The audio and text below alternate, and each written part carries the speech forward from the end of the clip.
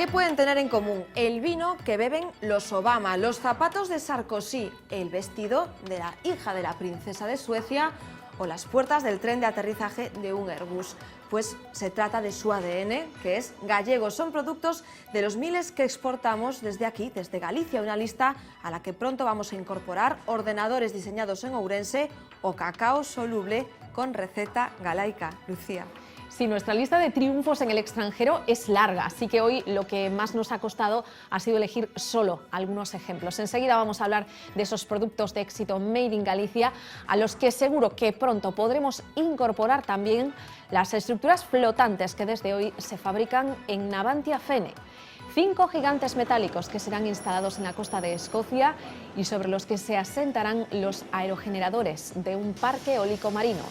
Hoy ha sido la puesta del largo, un acto al que, por cierto, no ha asistido el alcalde de Ferrol. Suárez ha criticado que no ha sido invitado por motivos políticos. En su discurso, el presidente de la Xunta ha destacado la capacidad de Navantia para diversificar su actividad. En breve podría haber más noticias. El contrato con Arabia Saudí para construir 5 corbetas está prácticamente cerrado. Está preparado para competir en el mundo de la eólica marina. Y en segundo lugar, que es, después de casi 10 años, este astillero vuelve a tener carga de trabajo. Hoy en Fene se vuelven a ver trabajadores, hoy en Fene vuelve a tener carga de trabajo y con este nuevo contrato serán 700 las personas que estén trabajando en Navantia Fene y además haciendo eólica marina y además trabajando para las primeras empresas del mundo. Las grandes finanzas acaban la jornada de luto. El IBEX 35 se hunde un 3,20% en sus peores cifras desde julio de 2013. La bolsa española se ha visto arrastrada por el desplome del precio del petróleo, ahora mismo más barato que el agua, 16 céntimos el litro, y también por las dudas sobre la economía china. El parqué retrocede hasta los 8.281 enteros. El pánico de los inversores se ha trasladado también a otras plazas europeas. Londres, París y Frankfurt han caído más de un 3% y Milán se ha dejado casi un 5%. Mañana, primera reunión del año del Banco Central Europeo. Al otro lado del Atlántico, Wall Street también ha iniciado la sesión en rojo. La asociación Batas Blancas relaciona la austeridad de la que presume el gobierno de Feijóo con la muerte de 3 enfermos por hepatitis C, por los retrasos en la adjudicación de los tratamientos. El pasado mes de marzo presentaron una denuncia ante la Fiscalía y tras meses de investigación el Ministerio Público ha concluido que existen indicios de delito. El caso está ahora en manos de los juzgados de Santiago. El doctor Evaristo Varo, jefe de la unidad de trasplante abdominal del CHUS, asegura que amenazó a la entonces consellera Rocío Mosquera con denunciarla si fallecía un paciente que estaba esperando ese tratamiento. Lo recibió, aunque después de 5 días. Es intolerable cuando a nivel nacional los casos urgentes se resolvían en 15 días y los casos no urgentes entre 4 y 8 semanas. Y aquí estamos hablando de 7 meses.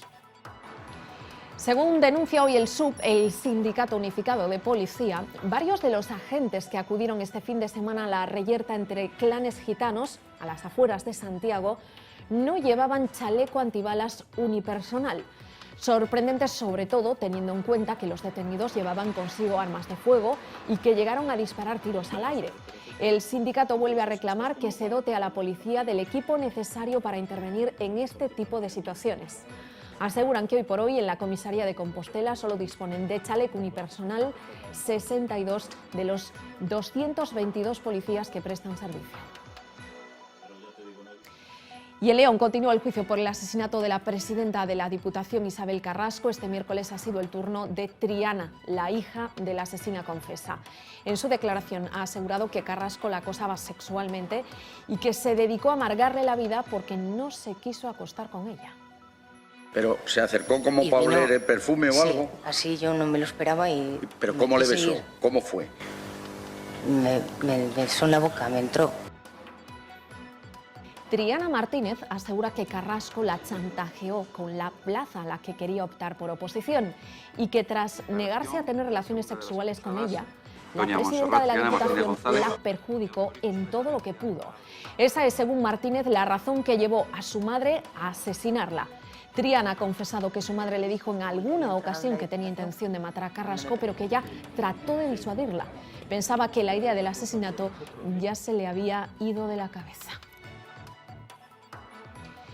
El célebre Mein Kampf, Mi lucha, de Adolf Hitler vuelve a las librerías alemanas. Acaba de quedar libre de derechos de autor que estaban en poder del Estado de Baviera y su reedición está siendo un auténtico éxito, hasta el punto de que en los primeros días se han agotado todas las existencias. Hoy nos hemos propuesto hacer un repaso por los grandes libros censurados de la historia. ¿Creen ustedes que Tintín, Alicia en el País de las Maravillas o Caperucita Roja pueden ser blanco de la censura literaria? Quizá les sorprenda, pero en algunas partes del mundo son o han sido libros prohibidos. En la España actual nos resulta impensable, pero hoy nos preguntamos si se nos puede limitar, restringir el acceso a determinados libros por razones éticas o morales, si existe la objeción de conciencia del librero. Yo nunca me he negado a vender ningún tipo de libro, jamás. No entra dentro de esa filosofía del verdadero librero. El libro es un producto cultural y yo creo que no cabría objeción de conciencia. No hay objeción de conciencia que valga para resistirse a probar el nuevo cacao soluble con denominación de origen gallego. Se llama Noso Cao, se fabrica en Salvaterra do Miño y después de 1 año y medio buscando la fórmula ya está disponible en las cafeterías. Y ojo, los que prueban se quedan con el autóctono. Si tomas Noso Cao, estás de moda. Si no tomas Noso Cao, lo siento, pero no estás de moda. Con este eslogan, el grupo gallego Donoso saca al mercado su nuevo producto estrella, un cacao soluble e instantáneo que nada tiene que envidiar a los tradicionales. Bueno, la verdad que está muy rico. El que lo prueba no quiere otro. Está muy bueno. Con esto estamos como niños con zapatos nuevos.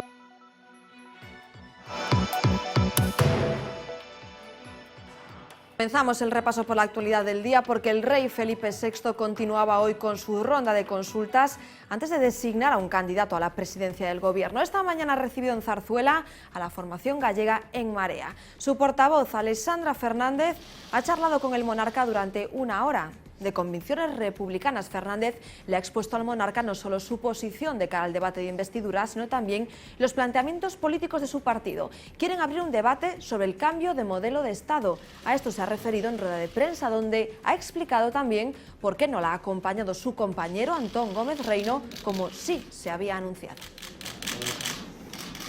Que esto es un proceso colectivo y como tal también tiene que tener su representación a la hora de hacer política. Y a la hora de hacer política entendemos también que tenemos portavocías rotatorias, que se tienen que visibilizar todas las caras, todas las sensibilidades de esta candidatura y bueno, por esa cuestión íbamos a ir los dos, yo y mi compañero Antón Gómez Reino, que además va a ser el segundo portavoz por esta sesión, vamos a ir rotando después.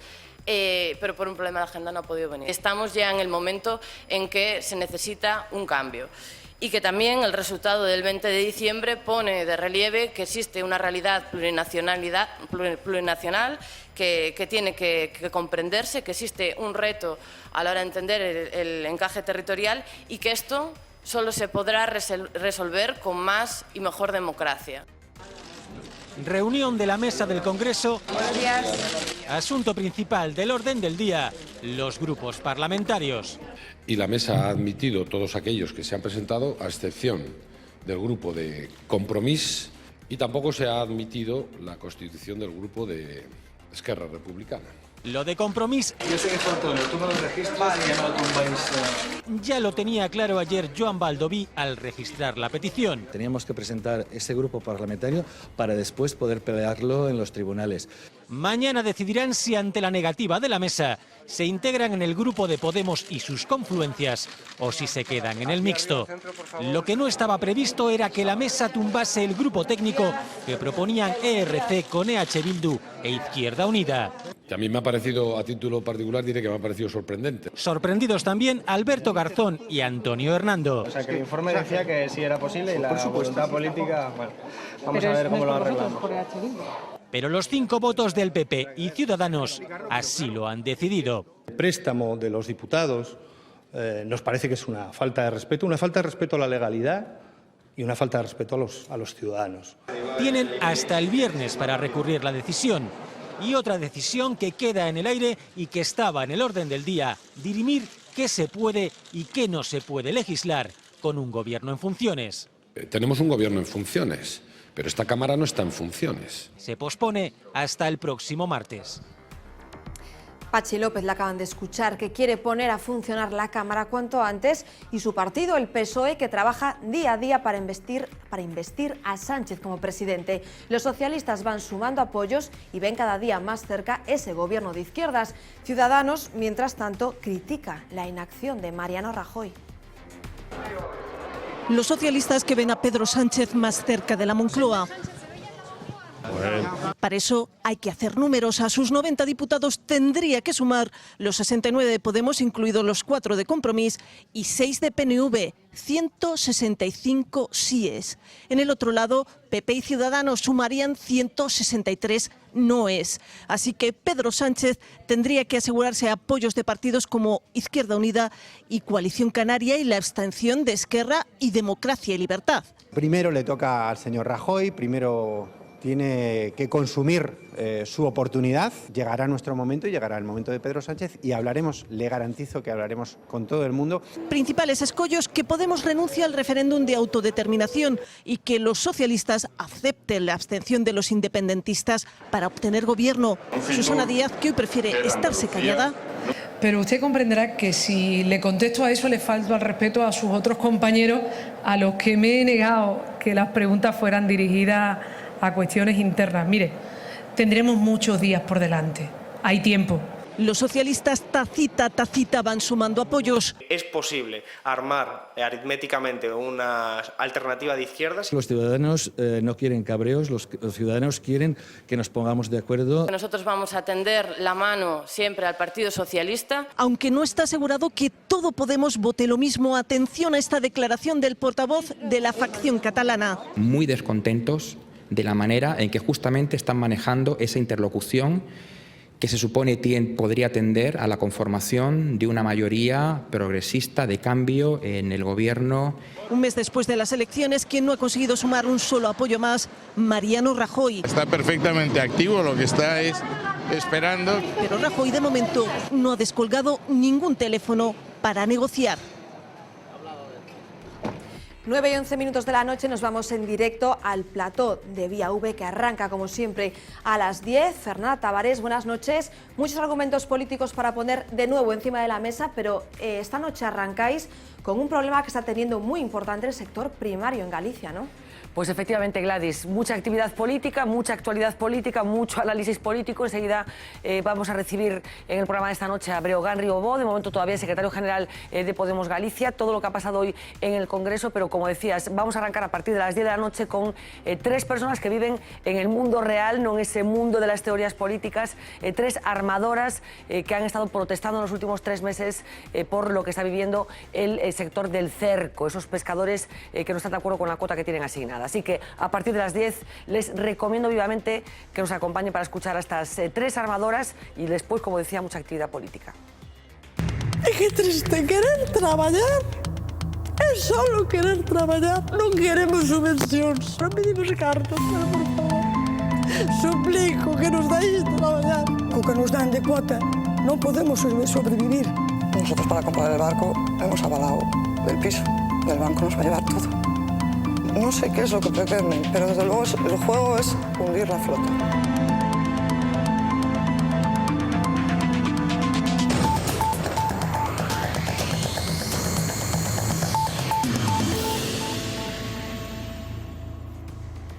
Hace unos días saltaba la alarma en la vecina Francia. 6 voluntarios eran hospitalizados tras haberse sometido a un ensayo clínico. Uno de ellos fallecía tras quedar en coma. Los otros 5 siguen ingresados, aunque la última hora es que su salud ha mejorado. Los pacientes son hombres de entre 28 y 49 años que participaron en un estudio efectuado por un laboratorio galo para un grupo farmacéutico portugués. Buscaban un medicamento para tratar problemas motores y de ansiedad ligados a enfermedades neurodegenerativas. Todos ingirieron por vía oral una molécula en repetidas dosis. A raíz de este suceso, el laboratorio propondrá una evolución de las normas de supervisión en este tipo de ensayos. Además, creará un comité científico para investigar el origen de este grave accidente.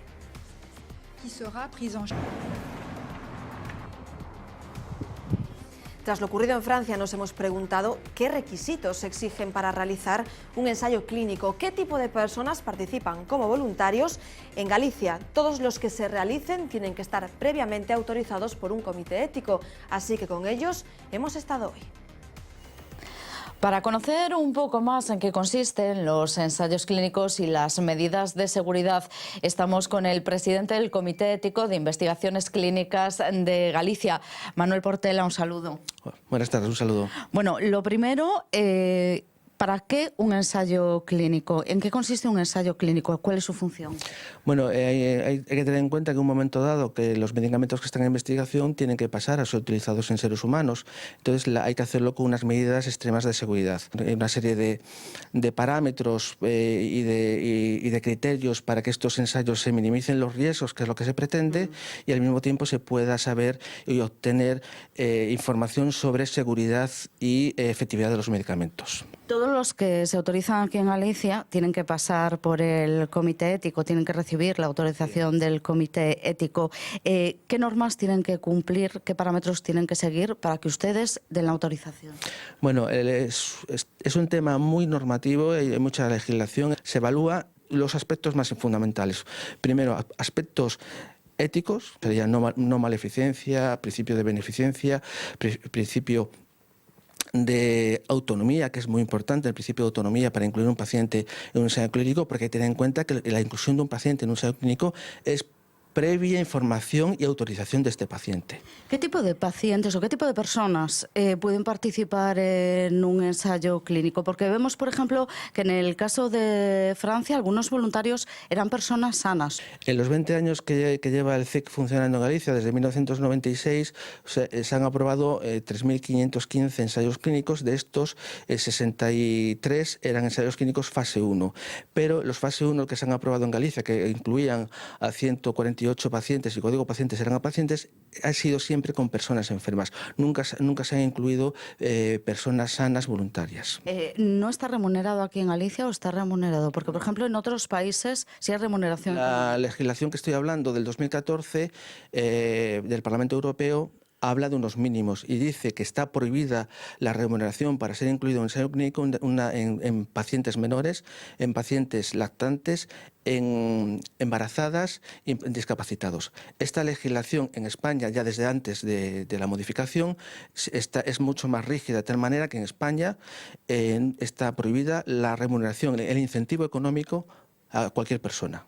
¿Alguna vez han tenido algún problema? Aquí en Galicia nos hablaba de más de 3.000 ensayos clínicos aprobados. Vamos a ver, puede ser que haya ensayos que a lo largo de una molécula que se suspendan, pero lo normal que nos ha ocurrido a nosotros es que se suspendan por falta de efectividad.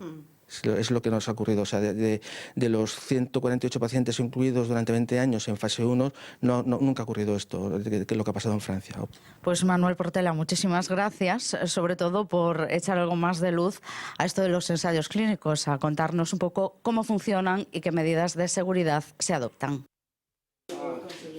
El colectivo médico Batas Blancas sigue con su lucha, denunciar que 3 pacientes gallegos afectados por hepatitis C fallecieron por la demora en recibir el tratamiento. Su portavoz, Evaristo Varo, que hoy se ha reunido con los socialistas gallegos, pide que se exijan responsabilidades en la administración de la comunidad al más alto nivel.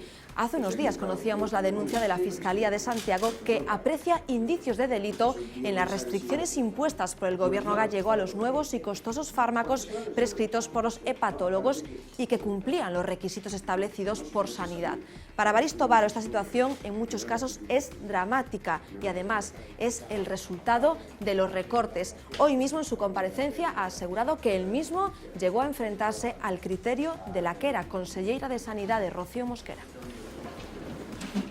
En un enfermo falleció y no hubo respuesta, en otro enfermo la respuesta llegó 7 meses tarde y llevaba 3 días muerto. Eso es intolerable cuando a nivel nacional los casos urgentes se resolvían en 15 días y los casos no urgentes entre 4 y 8 semanas.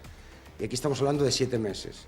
En otra paciente También se tardó cerca de 6 meses y se le empezó el tratamiento y a los pocos días falleció porque ya estaba la enferma excesivamente, estaba en un estadio ya casi terminal, ¿no? Y otro enfermo ni se le contestó. Hay otro paciente, el cuarto, que estuvo a punto de fallecer. En 2 ocasiones se le solicitó urgente el tratamiento y no contestaron. Al mes y medio, debido a que no contestaban y el enfermo se estaba muriendo en la unidad de trasplantes nuestra, con un fallo hepático por el virus C, ese enfermo mandamos una carta, los 2 hepatólogos que llevaban al enfermo y yo como jefe de trasplantes, a la consellera amenazándola que si el paciente fallecía tomaríamos las medidas legales pertinentes. Bueno, la carta fue efectiva porque a los 5 días el tratamiento apareció. Les hablábamos antes de ese ensayo clínico fallido en Francia. Pues bien, también en este país ha muerto una niña de solo 3 años por asfixia. El culpable, un juguete con ruedas que venía en el interior del famosísimo huevo de chocolate Kinder. Los hechos han ocurrido en la localidad de Toulouse. Tras conocerse la terrible noticia, el grupo italiano Ferrero, el fabricante de esta chocolatina, reaccionó con un comunicado en el que lamenta la muerte de la pequeña. En la nota cataloga el producto como para mayores de 3 años y recomienda la supervisión de un adulto a la hora de manipularlo. Desde su lanzamiento, hace ya más de 40 años, los huevos Kinder son un éxito de ventas. Dentro de la capa exterior de chocolate se esconde una cápsula de plástico que contiene a su vez un pequeño juguete, normalmente en piezas. Daría mi vida por no ir a clase. Es la frase que demasiado a menudo escuchaban Carmen y Manuel. Su hijo Daniel, de 11 años, acabó suicidándose presionado por un presunto caso de acoso escolar. La justicia de momento no les ha dado la razón, pero ellos han recurrido, piden que no se cierre la causa y se investigue lo que sea necesario para que algo así no vuelva a pasarle a ningún otro niño. Hace algo más de 3 meses este matrimonio perdió a su hijo Diego, de 11 años. El niño se tiró por la ventana desde el 5º piso donde vive la familia en Leganés, Madrid. Algo que es mentira o que es una broma. Pero antes dejó una carta donde explicaba por qué lo hacía. Yo no aguanto ir al colegio y no hay otra manera para no ir, decía. Daría mi vida por no ir al colegio. Y claro, su madre y yo les decíamos, pero hijo, ¿por qué? ¿Tienes algún problema con los compañeros? Y él lo negaba. La jueza de Leganés archivó la causa. Asegura que faltan indicios de que hayan participado terceras personas en la muerte de Diego. Los padres han recurrido para que se siga investigando y ahora la jueza tramita ya desde el lunes la petición de los padres. Que lo que no queremos es que se dé un carpetazo al asunto. Por su parte, la Consejería de Educación asegura que nunca hubo una denuncia previa por un posible acoso a Diego y que tras su muerte la investigación de inspección también descartó que hubiera habido bullying. Y hay una denuncia y ha habido denuncias de cosas que han pasado en ese colegio. En el colegio prefieren no hablar. Igual que existe un teléfono gratuito contra la violencia de género, queremos crear lo mismo para evitar el acoso escolar y para que las personas, los niños que lo sientan, puedan llamar. Los padres de Diego seguirán buscando una explicación de por qué su hijo se quitó la vida. En Vigo, la experiencia de ir al hospital supone para Maika directamente jugarse la vida. Ha grabado su odisea diaria llegando al Álvaro Cunqueiro en su silla de ruedas para denunciarlo. A los problemas habituales que se encuentra alguien con discapacidad hay que sumar el caos de aparcamiento frente al centro. Los coches acaban formando una barrera infranqueable en la acera y Maika se ve obligada a ir por la carretera. Maika sufre una discapacidad que le obliga a trasladarse en silla de ruedas. Harta de las barreras arquitectónicas, ha grabado su pequeño viaje en autobús hacia el hospital de Vigo para que nos pongamos en su piel. Comienza cuando baja de una rampa que no siempre funciona y ocurre esto. No puedo subir la acera, ahora no sé por dónde ir. No tenía por dónde subirme, ni por la acera, que es muy alta, ni podía dar para atrás porque estaba el autobús. Atrapada, no tiene otra salida que cruzar la carretera para evitar el bordillo, aun a riesgo de ser atropellada. Tengo que pedirle a los coches que me dejen pasar. No puedo subir tampoco esta acera. Ahí viene un coche, le tengo que pedir que pare. Y cuando por fin lo consigue, se topa con otro obstáculo. Como veis, no puedo pasar. Los coches están aparcados en la entrada del Álvaro Cunqueiro.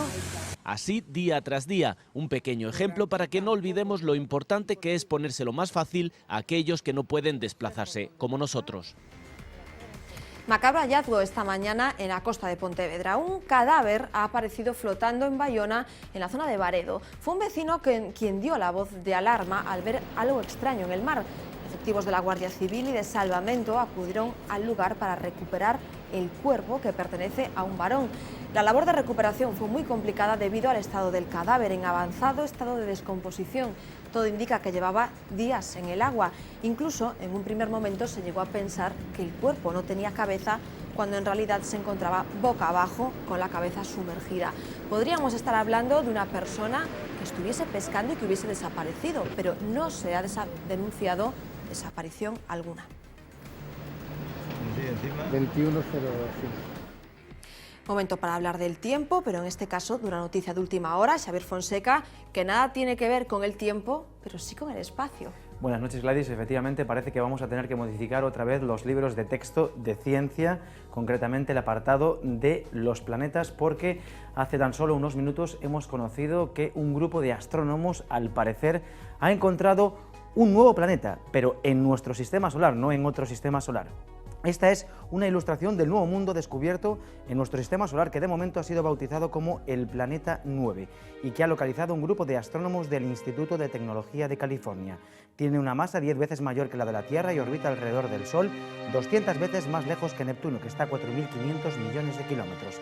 Tardaría entre 10.000 y 20.000 años en dar una vuelta completa alrededor de la estrella.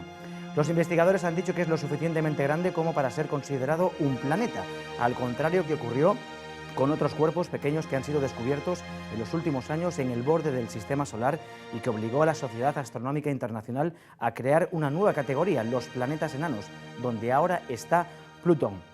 Los científicos responsables del descubrimiento han encontrado el planeta a través del modelado y con una computadora de simulaciones matemáticas. Esto significa que de momento no ha sido observado de forma directa. Desde la antigüedad solo han sido descubiertos dos planetas, Neptuno y Urano, los únicos que no podían verse a simple vista. Fue necesario la invención del telescopio para dar con ellos, con estos mundos que están situados en el exterior del sistema solar. Por ello, si se confirma este hallazgo, sería el tercer planeta descubierto por la ciencia.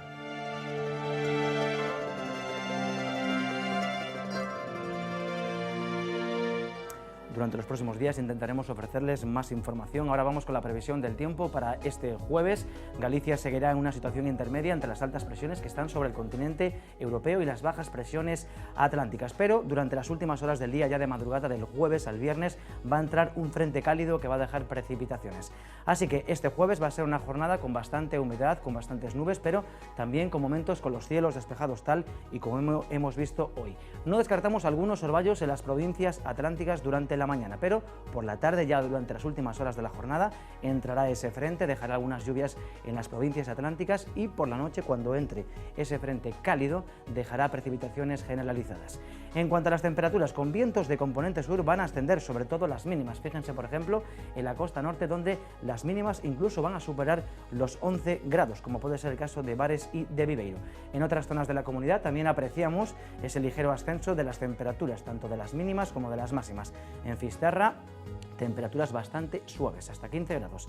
En la provincia de Pontevedra también ligero ascenso de las temperaturas mínimas y máximas, temperaturas bastante suaves, incluso para la época del año. En Pontevedra 17 grados de máxima y en la provincia de Ourense también más de lo mismo, temperaturas máximas que alcanzarán los 16 grados y las mínimas que se quedan entre los 6 y los 8 grados.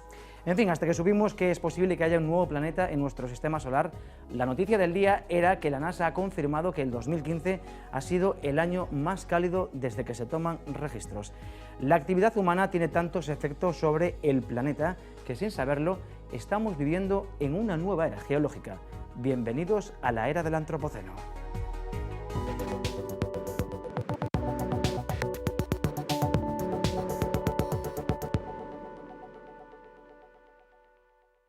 En nuestro último capítulo explicamos que existen 5 eras geológicas, que incluyen desde la formación de la Tierra hasta nuestros días. Toda la historia de los seres humanos ha transcurrido en el Cuaternario. Pero este último periodo se divide a su vez en dos etapas, el Pleistoceno y el más reciente, el Holoceno, que comenzó hace unos 10.000 años y cuya característica principal es el progresivo aumento de la población gracias al desarrollo de la actividad agrícola. durante centos, miles de anos, os cazadores recolectores seguiron sendo as sociedades mayoritarias no conxunto do mundo, pero ao final foron asulagados, foron deixados en algúns sitios aillados, mantendo ese sistema de vida ancestral. Cal é a clave? O crecemento demográfico. A medida que crecía la población, también lo hacía la presión sobre los recursos naturales. Pero ahora la actividad humana tiene tanta incidencia sobre el planeta que la comunidad científica considera que estamos ya en una nueva era, denominada antropoceno. O termo antropoceno foi acuñado cara ao ano 2000 por un investigador, Paul Crutzen, que fala dunha etapa na cal as sociedades humanas teñen xa unha incidencia notable a escala planetaria. No está tan claro cuándo debería comenzar este nuevo periodo. Algunos creen que debería ser cuando cambie la economía basada en la caza a la economía de producción de alimentos. Si fuera así, deberíamos retroceder hasta los inicios del Holoceno. Hai algúns investigadores que din o antropoceno debe facerse comezar no ano 1945. Por qué? Porque nese momento se fai estopar a primeira bomba atómica. É dicir, por primeira vez unha especie neste planeta ten a capacidade de destruir completamente o planeta. E logo podíamos falar dunha posición intermedia que fala de que o antropoceno podería iniciarse durante o século XVIII. Que está pasando aí? Está pasando que, en concreto, en Occidente se está desenvolvendo a revolución industrial. Antes de la revolución industrial, la población alcanzó como mucho los 500 millones. Desde entonces, no ha parado de crecer hasta los 6.000 millones que somos en la actualidad. Ese aumento nos ha llevado a cambiar de forma drástica el entorno y a consumir más recursos de los que la Tierra puede ofrecer, sin olvidar la enorme cantidad de basura que producimos. Por ello, podríamos definir esta nueva era como la del hombre exterminador. O ser humano, hoxe en día, é un perigo. É un perigo para o planeta, é un perigo para as demais especies, vegetais e animais no planeta, e é un perigo para si mesmo. Si estamos entrando nun novo período, o antropoceno, no que unha soa especie, máis dun millón de especies animais e non sei cantas vegetais, está poñendo en perigo o equilibrio dese sistema global, quizás é un momento de parar e meditar. La historia nos enseña que las antiguas civilizaciones se extinguieron por una combinación de causas como cambios en el clima, las guerras y las desigualdades. Hoy estos factores afectan a una única civilización, la nuestra, que por primera vez es global. Se non reflexionamos, se non tomamos medidas, quizás a civilización global experimentará unha crise importante antes de 100 anos. Hagan las cuentas, las víctimas del hombre antropoceno serán seguramente nuestros hijos y con toda seguridad nuestros nietos.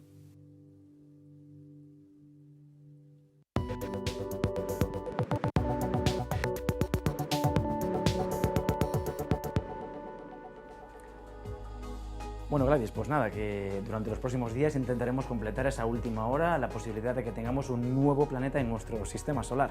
Pues estaremos muy pendientes porque la verdad es que el descubrimiento puede ser increíble. Gracias, Xavi, hasta mañana. Hasta mañana. Nosotros seguimos, han pasado 70 años, es el tiempo que ha tenido que pasar para que Alemania vuelva a reeditar el Mein Kampf, el polémico libro de Adolf Hitler. Hasta comienzos de este 2016, los derechos de autor estaban en poder del Estado de Baviera, que bloqueaba la obra para evitar que fuese instrumentalizada por grupos de ultraderecha. Hoy por hoy no quedan libros censurados en Europa, pero un vistazo al mundo nos descubre que la censura sigue existiendo. Era el último libro prohibido de Europa. Se ha levantado el veto sobre los derechos de Mi lucha, la obra que resume la ideología nazi de Adolf Hitler, y ha pasado de objeto maldito a objeto de deseo en las librerías alemanas. No, pues no lo tengo, fíjate. No por estar vetado, sino por su baja demanda, en España no es fácil encontrarlo. Pero con una carga ideológica tan extrema, venderlo o no puede ser una cuestión personal. Yo nunca me he negado a vender ningún tipo de libro, jamás. No entra dentro de esa filosofía del verdadero librero. El libro es un producto cultural y no, yo creo que no cabría objeción de conciencia. Hay una propia regulación del mercado. Ningún escritor escribe libros muy subidos de tono porque sabe que su margen de edición será poco. Hubo una época no muy lejana en la que lo subido de tono era secuestrado en España. Hoy en día esto nos parece impensable, aunque en democracia los poderes también han intentado restringir. No es muy habitual, pero suele pasar de la típica denuncia que se ha publicado un libro de algo que se dice dentro del libro y por orden judicial pues esos libros son retirados. Pasó con el libro de Julio Feo.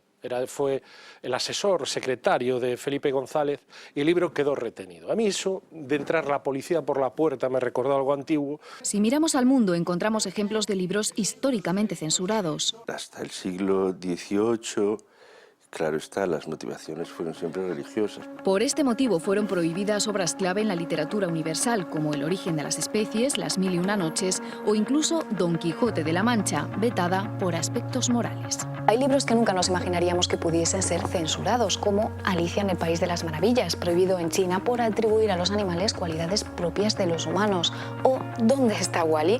Algunos libros de esta serie fueron prohibidos en librerías de Michigan o Nueva York por incluir entre sus páginas cosas que ellos consideraban sucias. Se trataba de una imagen microscópica de una mujer haciendo toples en la playa. No es el único libro infantil que ha sido objeto de la censura caprichosa. Caperucita Roja, por llevar vino a su abuelita, fue prohibida en 2 distritos californianos. Harry Potter fue vetado en los Emiratos Árabes por incentivar a la brujería. Mención aparte merece Tintín, polémico como pocos. En 2011, un ciudadano congolés pidió la prohibición del cómic Tintín en el Congo por su contenido racista. Consiguió el efecto contrario, disparar las ventas, porque no hay nada tan atractivo como lo prohibido.